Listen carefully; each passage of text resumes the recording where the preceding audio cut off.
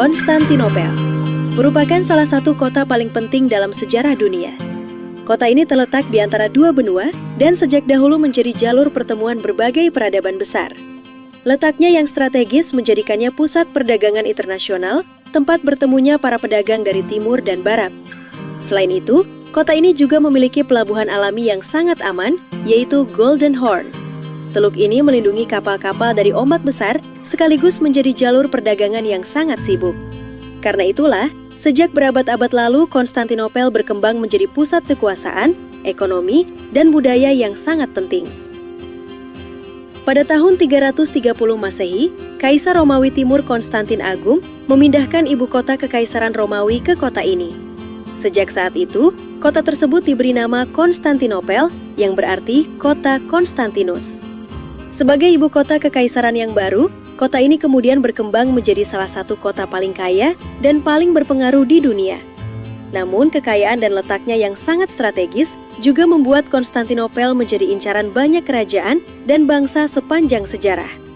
Kota ini berkali-kali menjadi target penaklukan karena siapapun yang menguasainya akan mengendalikan jalur perdagangan penting antara Asia dan Eropa. Karena itulah, Konstantinopel membutuhkan sistem pertahanan yang sangat kuat untuk melindungi kota dari berbagai ancaman.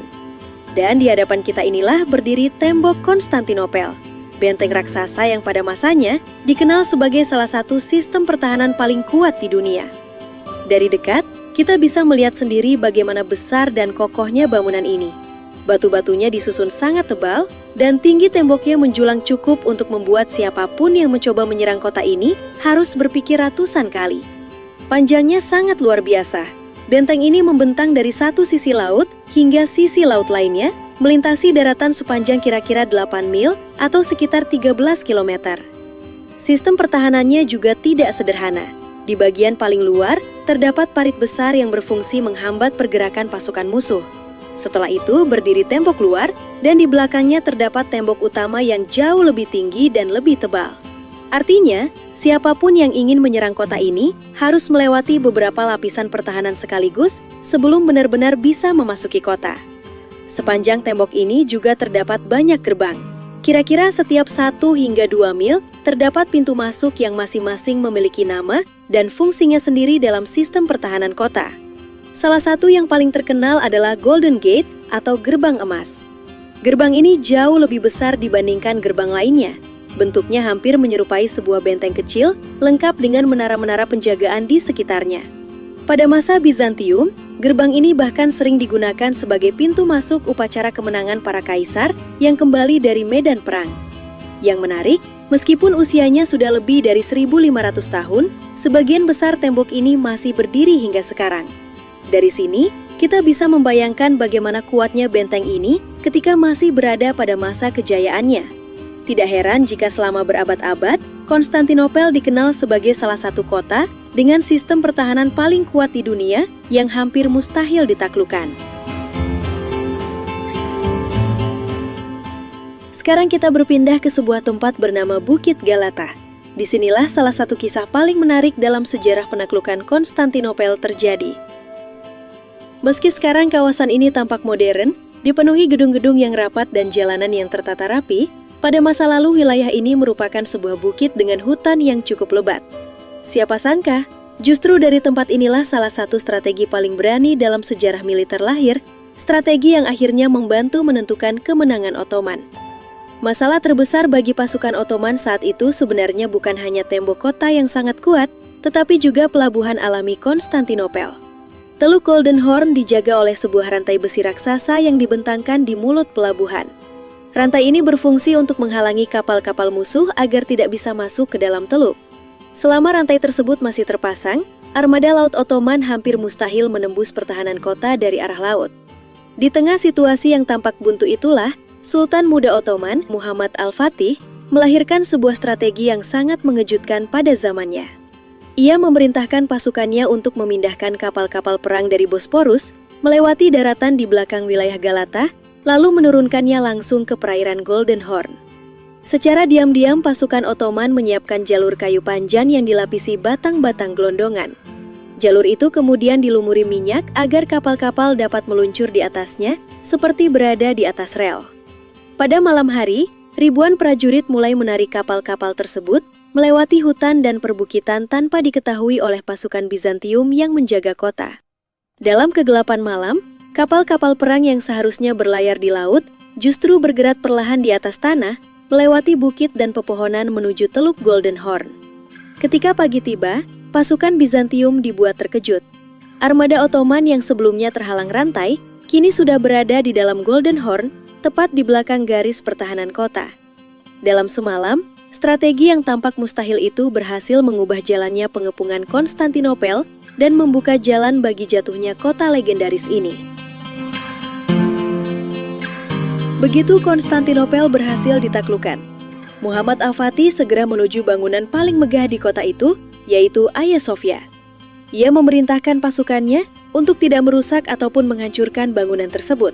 Sebaliknya, ia mengalihfungsikannya menjadi masjid sebagai simbol dimulainya babak baru bagi kota yang selama berabad-abad menjadi pusat kekaisaran Bizantium. Hagia Sophia sendiri telah berdiri jauh sebelum penaklukan itu terjadi.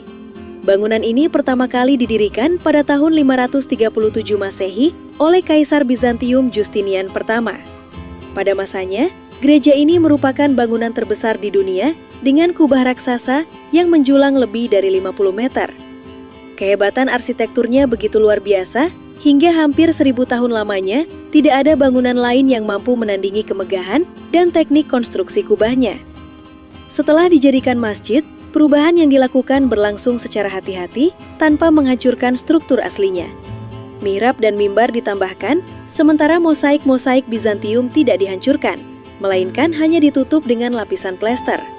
Karena itulah, hingga hari ini berbagai karya seni Bizantium masih dapat ditemukan di dalam bangunan tersebut, menjadikannya salah satu saksi pertemuan dua peradaban besar. Seiring berjalannya waktu, para Sultan Ottoman juga memperkuat struktur bangunan agar tetap kokoh. Arsitek besar Ottoman Mimar Sinan pada abad ke-16 menambahkan penopang besar di sisi bangunan serta memperkuat fondasi kubahnya. Berkat upaya ini, Hagia Sophia mampu bertahan dari berbagai gempa besar yang kerap melanda wilayah Istanbul. Kesultanan Utsmaniyah akhirnya runtuh pada November 1922 dan digantikan oleh negara baru, yaitu Republik Turki yang menganut sistem sekuler. Presiden pertamanya, Mustafa Kemal Atatürk, kemudian mengambil sejumlah kebijakan besar yang mengubah wajah negara tersebut. Salah satunya adalah keputusan terhadap bangunan bersejarah Hagia Sophia di Istanbul. Pada tahun 1931, Hagia Sophia ditutup untuk umum. 4 tahun kemudian, tepatnya pada 1935, bangunan ini dibuka kembali, tetapi bukan lagi sebagai masjid, melainkan sebagai museum. Karpet-karpet tempat sholat diangkat, sementara lapisan plester yang selama berabad-abad menutupi mosaik-mosaik Bizantium mulai dibersihkan sehingga lukisan-lukisan Kristen yang tertutup selama hampir 5 abad kembali terlihat. Sejak saat itu, Hagia Sophia menjadi salah satu objek wisata paling terkenal di Istanbul. Namun perdebatan mengenai status bangunan bersejarah ini tidak pernah benar-benar berhenti. Pada bulan Ramadan tahun 2016, pemerintah Turki mulai mengembalikan sebagian fungsi religius Hagia Sophia. Untuk pertama kalinya setelah puluhan tahun, ayat-ayat suci Al-Quran kembali dilantunkan dari dalam bangunan tersebut selama bulan Ramadan. Pada tahun 2020, Presiden Turki Tayyip Erdogan mengeluarkan dekret yang mengembalikan fungsi Hagia Sophia sebagai tempat ibadah umat Islam. Keputusan tersebut diperkuat oleh putusan Pengadilan Tinggi Turki yang membatalkan keputusan lama yang menjadikan Hagia Sophia sebagai museum. Akhirnya, pada 24 Juli 2020, untuk pertama kalinya setelah 86 tahun, sholat Jumat kembali dilaksanakan di Hagia Sophia, menandai babak baru dalam sejarah panjang bangunan yang telah berdiri lebih dari 1.400 tahun tersebut. Ada satu tempat lagi yang sangat menarik untuk merasakan suasana pengepungan Konstantinopel secara 3 dimensi, yaitu Museum Panorama 1453 di Istanbul. Ketika kita masuk ke ruang utama museum ini, kita langsung dibawa ke sebuah ruang panorama besar dengan lukisan melingkar 360 derajat. Di bagian depan lukisan panorama ini juga dipasang berbagai replika senjata dan peralatan perang yang digunakan pada masa itu. Salah satu senjata paling penting yang ditampilkan di museum ini adalah meriam raksasa yang dikenal sebagai Basilika Cannon. Meriam Basilika ini benar-benar luar biasa besar untuk ukuran teknologi abad ke-15. Panjangnya sekitar 7,5 hingga 8 meter dengan berat mencapai lebih dari 16 ton. Meriam ini mampu menembakkan bola batu raksasa dengan berat sekitar 500 hingga 540 kg hingga jarak sekitar 2 km. Untuk memindahkannya ke medan perang saja membutuhkan puluhan ekor lembu dan ratusan pekerja. Bahkan setelah setiap tembakan, meriam ini harus didinginkan terlebih dahulu, sehingga dalam sehari hanya bisa ditembakkan sebanyak 7 kali saja.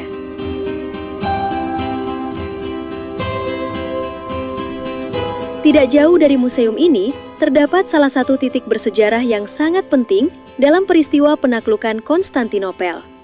Disinilah diyakini pasukan Sultan Mehmed II atau Muhammad Al-Fatih pertama kali berhasil menembus pertahanan kota. Jika kita berjalan di bagian dalam tembok, terdapat sebuah papan penanda yang dipasang untuk mengingat peristiwa tersebut. Tulisan di bagian atas papan ini berasal dari ayat Al-Quran, Inna fatahna laka fatan mubina, yang berarti, sesungguhnya kami telah memberikan kepadamu kemenangan yang nyata. Dari celah pertahanan inilah, pasukan Mehmed II mulai memasuki kota, menandai runtuhnya Konstantinopel dan lahirnya era baru bagi kota yang kemudian dikenal sebagai Istanbul.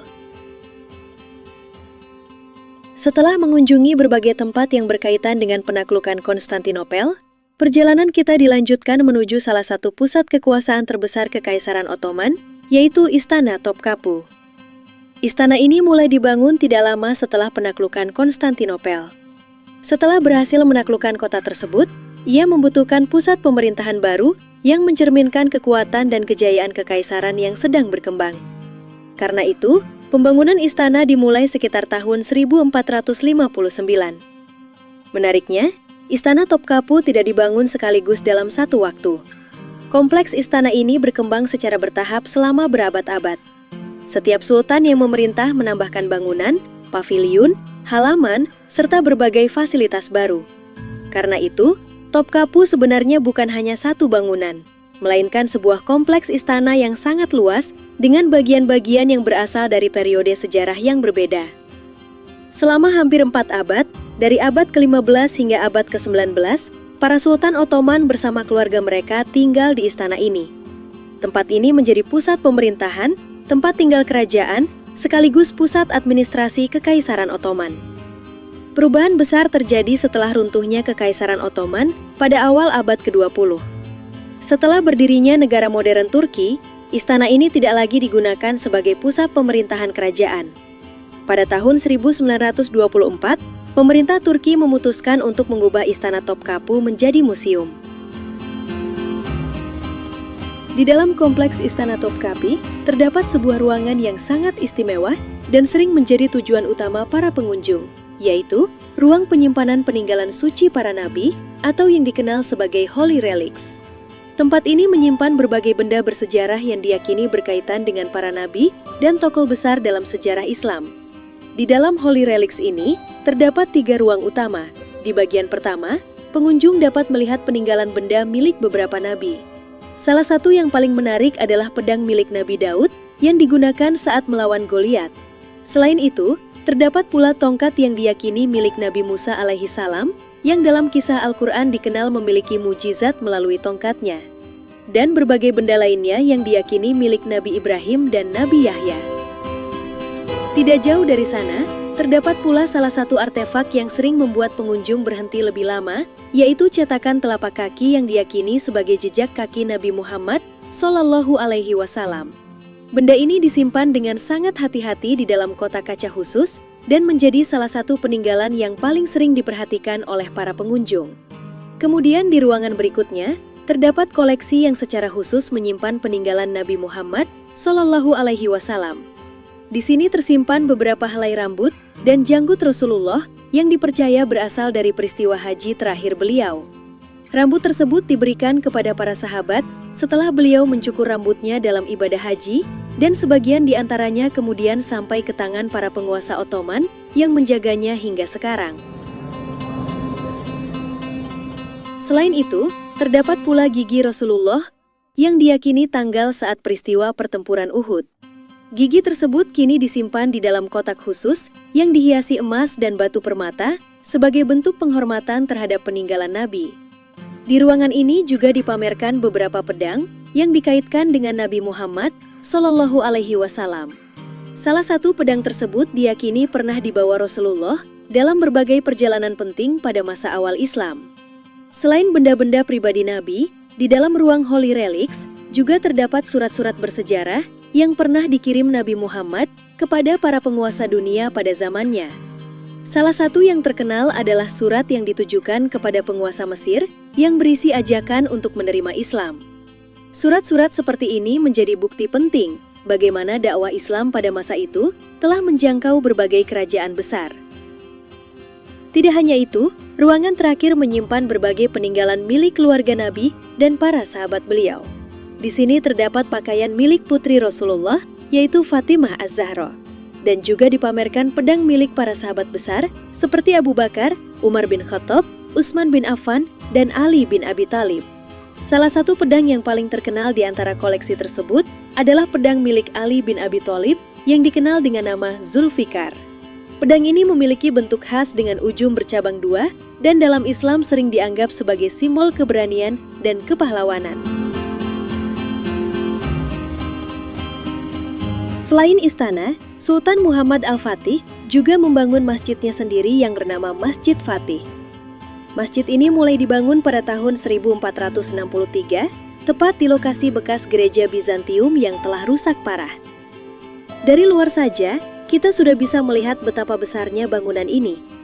Kubah utamanya menjulang tinggi di tengah, dikelilingi kubah-kubah yang lebih kecil, serta dua menara besar yang menjadi ciri khas arsitektur Ottoman. Kompleks masjid ini sebenarnya bukan hanya tempat ibadah. Pada masa pemerintahan Ottoman, kawasan ini juga menjadi pusat pendidikan dan kegiatan sosial. Di sekeliling masjid dibangun madrasah, perpustakaan, dapur umum, hingga tempat penampungan bagi para pelajar dan musafir. Karena itulah, kawasan di sekitar Masjid Fatih kemudian berkembang menjadi salah satu pusat intelektual paling penting di Istanbul. Muhammad Al-Fatih bukan hanya dikenal sebagai seorang panglima perang, ia juga dikenal sebagai pemimpin yang sangat terpelajar. Dalam berbagai catatan sejarah, disebutkan bahwa ia menguasai beberapa bahasa, mempelajari ilmu pengetahuan, strategi militer, hingga geografi. Keberhasilannya menaklukkan Konstantinopel juga tidak lepas dari peran para guru dan ulama yang membimbingnya sejak kecil. Salah satunya adalah Syekh Syamsuddin, seorang ulama besar yang sangat dihormati oleh Sultan dan masyarakat Ottoman. Jika kita masuk ke dalam masjid, suasananya terasa sangat tenang dan khusyuk. Lampu-lampu gantung khas Ottoman menggantung rendah di tengah ruang utama, sementara kaligrafi besar menghiasi bagian atas dinding dan kubah masjid. Di halaman masjid juga terdapat air mancur yang dahulu digunakan sebagai tempat berwudu. Suara air yang mengalir menambah suasana damai di kompleks masjid ini. Namun, bangunan yang kita lihat sekarang sebenarnya bukan sepenuhnya bangunan asli dari masa Al-Fatih. Masjid pertama mengalami kerusakan akibat beberapa gempa besar di Istanbul, terutama gempa tahun 1766 yang menghancurkan kubah utamanya. Setelah itu, masjid dibangun kembali pada masa Sultan Mustafa III antara tahun 1767 hingga 1771, dengan desain yang sedikit berbeda dari bangunan sebelumnya. Di kompleks masjid ini juga terdapat makam Sultan Al-Fatih sendiri. Di sanalah sang penakluk Konstantinopel dimakamkan, menjadikan tempat ini bukan hanya pusat ibadah, tetapi juga tempat ziarah sejarah bagi banyak orang yang datang ke Istanbul. Itulah perjalanan kita menelusuri jejak penaklukan Konstantinopel, sekaligus melihat berbagai bangunan bersejarah yang masih berdiri hingga hari ini di Istanbul. Semoga video ini bermanfaat dan menambah wawasan kita semua. Terima kasih telah menonton, sampai jumpa di video berikutnya.